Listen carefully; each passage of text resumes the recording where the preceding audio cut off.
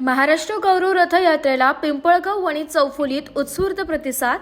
सुरगाणा तालुक्यातून मोठ्या संख्येने पदाधिकारी व कार्यकर्त्यांचा सहभाग। महाराष्ट्राच्या स्थापनेच्या 65व्या वर्धापन दिनानिमित्त राष्ट्रवादी काँग्रेस पार्टीच्या वतीने आयोजित करण्यात आलेल्या महाराष्ट्र गौरव रथयात्रा या विशेष उपक्रमाला आज पिंपळगाव वणी चौफुली येथे सुरगाणा तालुक्यातील पदाधिकारी व कार्यकर्त्यांनी उत्स्फूर्त प्रतिसाद दिला। ही यात्रा म्हणजे महाराष्ट्राच्या समृद्ध वाटचालीचा गौरवशाली उत्सव असून त्यामध्ये एकतेचा, प्रगतीचा आणि समृद्धीचा संकल्प समाविष्ट आहे। कार्यक्रमाच्या निमित्ताने सुरगाणा तालुक्यातील केम डोंगर येथून उगम पावणाऱ्या नद्यांचे पवित्र जल मंगल कलशात विधीपूर्वक संकलन करून ते गिरिजादेवी मंदिर शिंदे येथे विधी करून पिंपळगाव वणी येथे आणण्यात आलं। यावेळी मंगल कलश यात्रेचे भव्य स्वागत करण्यात आले।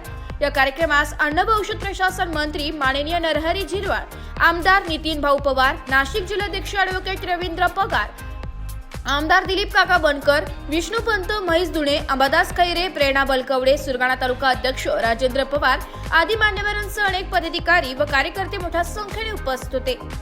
कार्यक्रमात सरपंच आनंद झिरवाळ, तुळशीराम महाले, चंद्रकांत भोये, पुंडलिक पवार, मंजित चौधरी, उपसरपंच भास्कर पवार तसेच दिनेश चौधरी, परसराम कांबडी, भास्कर कांबडी, नामदेव पाडवी, माधव शेठ पवार, दीपक मेघा, सुनील गोतुर्णे, राजेश गांगोडा, जयराम भोये, सावळीराम चौधरी, पुंडलिक खंबाई, जयराम पवार, दादाजी चव्हाण, योगेश ठाकरे, यशवंत चव्हाण, देवराम वाघमारे, हरेश वाघ आणि परसराम कडाळी यांचाही मोलाचा सहभाग होता। राष्ट्रवादी काँग्रेस पार्टीने नेहमीच महाराष्ट्राच्या सर्वांगीण विकासासाठी बांधिलकी जपली असून ही गौरव रथयात्रा ही त्या वचनबद्धतेचे प्रतीक आहे। ही यात्रा केवळ सांस्कृतिक आणि राजकीय उपक्रम नसून ती एक सशक्त, समृद्ध आणि प्रगत महाराष्ट्राच्या दिशेने टाकलेले एक निर्णायक पाऊल आहे।